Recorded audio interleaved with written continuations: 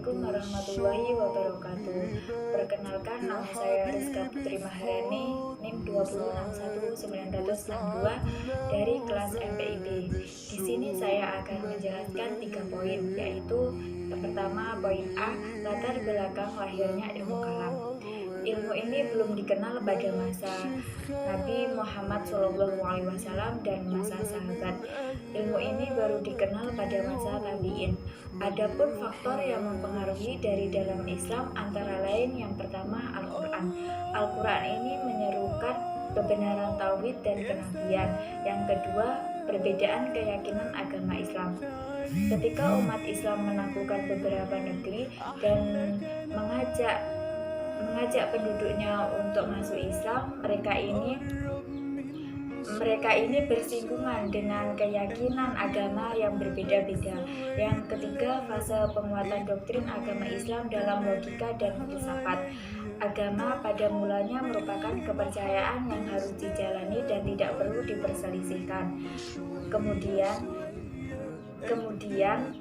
para penganutnya itu termotivasi untuk menyelidiki doktrin agama melalui logika, dasar-dasar logika dan filsafat. Yang keempat, persoalan politik yang terjadi dalam tubuh Islam. Contohnya masalah khilafah. Ketika wafat Nabi Muhammad SAW, tidak mengangkat pemimpin penggantinya atau khilafah dan tidak menentukan cara pemilihannya. Selanjutnya, ada pun faktor yang mempengaruhi dari luar Islam antara lain yang pertama,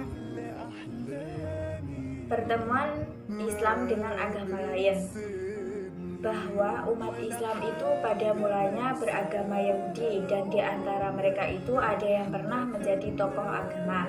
Setelah memeluk Islam, mereka itu mengingat kembali ajaran agama lainnya.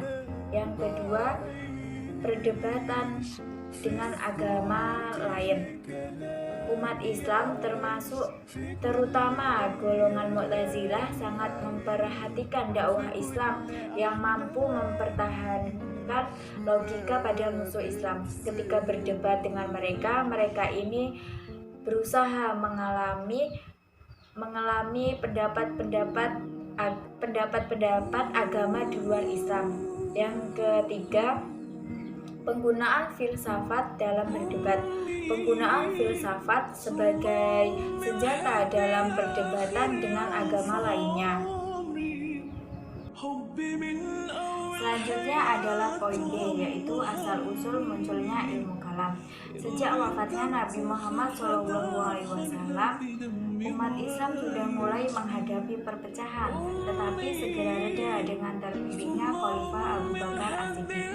Setelah Khalifah Abu Bakar As-Siddiq memegang kekhalifahan, perpecahan itu timbul kembali karena dihembuskan oleh orang-orang murtad dan orang-orang yang mengaku sebagai nabi seperti Musailamah Al-Kadzab, Tulaihah, Sajjah, dan Aswad Al-Ansi.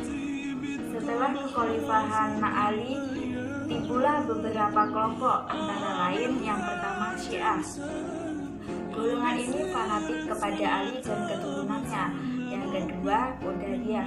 Golongan ini berpendapat bahwa semua perbuatan manusia itu ditimbulkan oleh dirinya sendiri, bukan dari Allah. Yang ketiga, Jabariyah. Golongan ini meyakini bahwa hidup manusia itu sudah ditentukan oleh Allah. Yang ketiga, Murji'ah. Golongan ini berpendapat bahwa kemaksiatan itu tidak menghilangkan keimanan seseorang. Yang kelima, Karamiyah. Golongan ini diwajibkan kepada setiap mukallaf adalah mengakui kebenaran Rasul dengan lisan saja. Yang keenam, Khawarij. Golongan ini berpendapat bahwa orang yang berbuat dosa besar dan sampai matinya belum bertaubat, maka dia dihukumi kafir atau murtad. Yang ketujuh, Mu'tazilah. Golongan ini berpendapat bahwa orang yang berbuat dosa besar dan sampai matinya belum bertaubat, maka dia bukan dihukumi mukmin ataupun kafir, tetapi fasik. Yang kedelapan, Ahlussunnah wal Jamaah.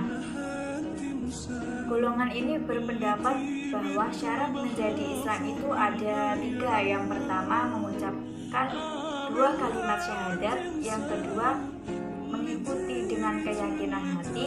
Yang ketiga, membuktikannya dengan perbuatan.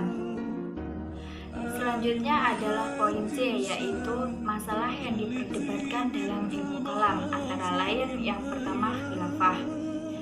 Bermula dari ketidakpuasan kelompok tertentu mengenai pengganti Khalifah Utsman bin Affan wafat. Yang kedua, Al-Quran. Apakah Al-Quran itu kodam atau dahulu dan hadis atau baru? Yang ketiga, sifat-sifat Allah, antara lain tentang kehendaknya dan keadilannya. Yang keempat, melihat Allah di akhirat. Apakah melihat secara fisik ataupun rohani? Yang kelima, dosa besar.